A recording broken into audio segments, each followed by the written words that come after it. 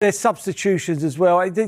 They seem to just grind teams down. Like I thought they grinded Villa down last week, and I think today they did. I mean, when you watch first half, Declan Rice, every time he got it, someone was on him. You know, had his head down, whoever the midfield were. But when you look at his goals, there's no one anywhere near him. Do you know what I mean? And they dictated the game. Second half, they had more composure. And I couldn't feel... The Bournemouth players didn't get near the midfield three in the second half. First half, I thought they were all over him like a rash. But second half, their squad's so strong. It's so strong. The three substitutions come on, remind me of the old, back in Sir Alex Ferguson's Man United teams. Do you know what I mean? When they bring on three Trossard, Saka, Jesus, big players to bring on. I played in a Villa game. And that was a problem from last year, wasn't it? Yeah, and they brought on Van Nistelrooy, Scholes, and I think Giggs. I mean, like, you're like, oh, what do you do when that happens? Yeah, do you know what I mean? Make it fair. You know, if it were to go against them, where do you think might be the weak point? Up front. I don't think Arsenal have a natural goal scorer. Gyökeres has come in as supposed to be that goal scorer, but I don't think he's a natural goal scorer. You know what I mean? He never really tapping balls in. He's always got, you know, well, he hasn't scored a lot of goals, full stop. I think that's where because when it gets down to the last 8 games and it gets so nervy, believe me, it's so nervy. You might need that out of something, and I just don't think they got that natural goal scorer. The nearest thing to it probably is Jesus. But he goes with Gyökeres before him, and I think he'll go with Havertz before him as well when he comes back. So that would be the one for me. I just don't think they have that goal scorer, do you know what I mean, out of nothing. Having said that, they managed 3 today against Bournemouth. Yeah, they got 3, but they were 3 very good goals. You know, 1 was from a centre-half and 2 from a midfield player. Again, not a centre-forward. Hear us? Wait, say that again because I lost the connection. Can you hear us? Can you hear us loud and clear? I can hear you it's now. All working. Yeah.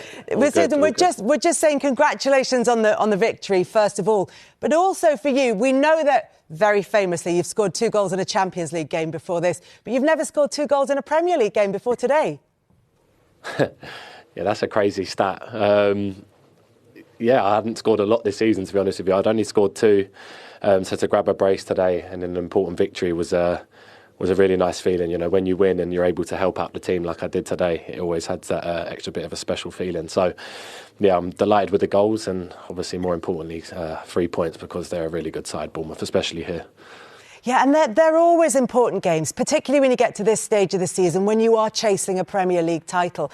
But this one coming off the back of the win against Villa, who are one of your direct competitors. You know, Manchester City dropped points against Sunderland. It just feels like it was a significant one in terms of timing as much as anything.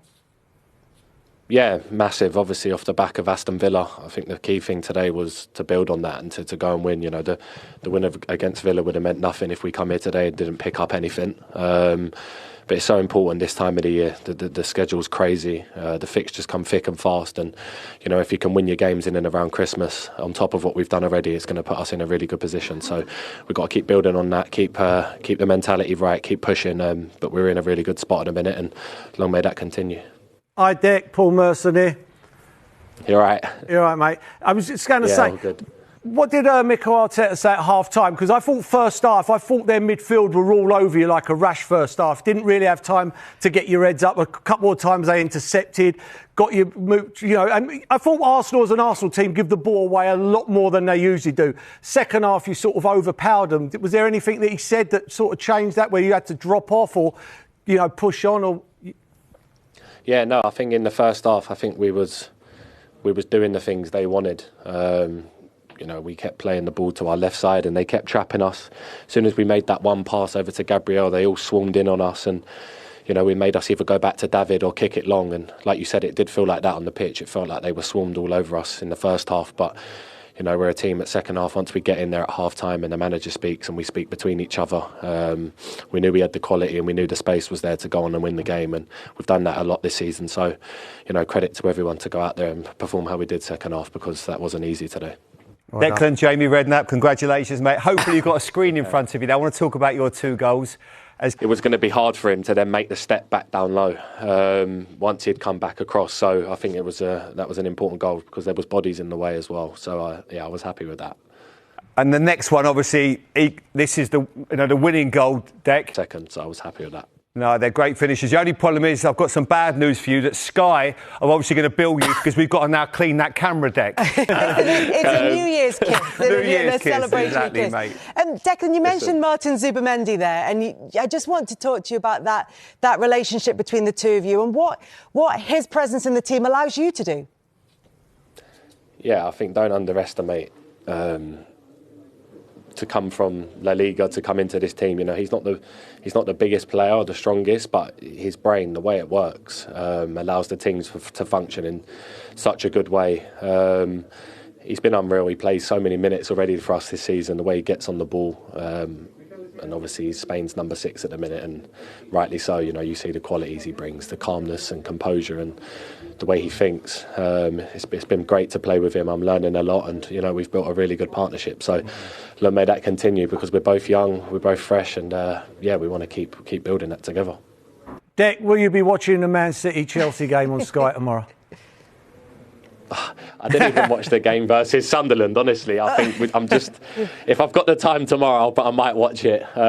But yeah, I'm just focusing on us at the minute. I know it sounds cliche, but yeah, I think it's just important. There's so many games. Our recovery's got to be so important, and I can't get too caught up in what others are doing. I think it's the most important thing is what we do, and we can only control that. You know, it'll be a good game, I'm sure, but yeah, let's just keep going ourselves.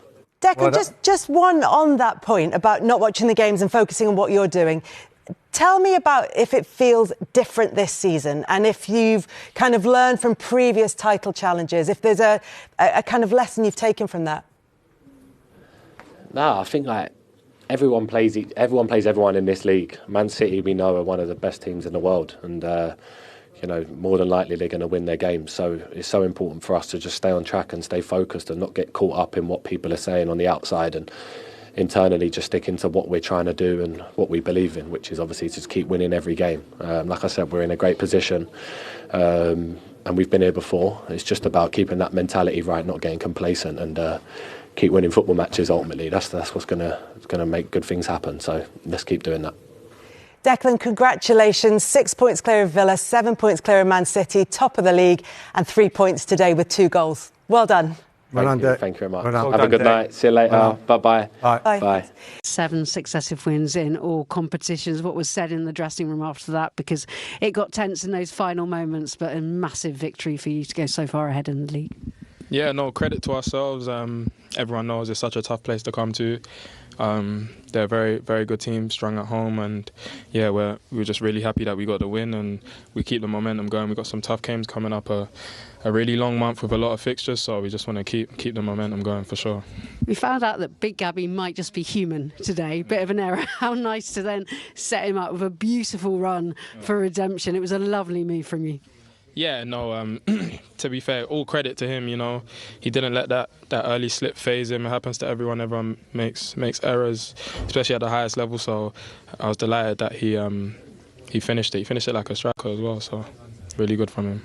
You left one big club to come to another big club. Are we seeing the best of you under Mikel Arteta, and what's it like to be among this team fighting for a place and then to come on for a great player like Bukayo Saka and put up a performance like that? Yeah, no, I don't know if it's the best. I know it's not the best. I'm still young. I'm still learning every day. It's just about focusing and trying to improve. And yes, it's a great feeling to be part of a team like this, such a resilient team, such a strong team on all fronts. And yeah, I'm really enjoying my time here so far, and hope it continues. How important to show that resilience in those final few minutes, because you've been under pressure a bit about closing off games, but how you're proving that wrong? Yeah, no, definitely. It would have been better if we didn't concede the second, but that's football. This is the Premier League. But yeah, in the end, to get the 3 points and to weather the storm a little bit at the end was great. But I think all in all, in terms of how we performed today, we definitely deserve to get the 3 points, and it was just. How much are you talking about winning this title yet, or dare you not in the dressing room? Nah, I think we talk about it for sure. I think you have to talk about it, and you have to embrace that pressure that comes with that. You know, we're in the front right now. Everyone's got to chase us, and we got to just keep doing our thing, keep winning games, and that's what we'll try to do.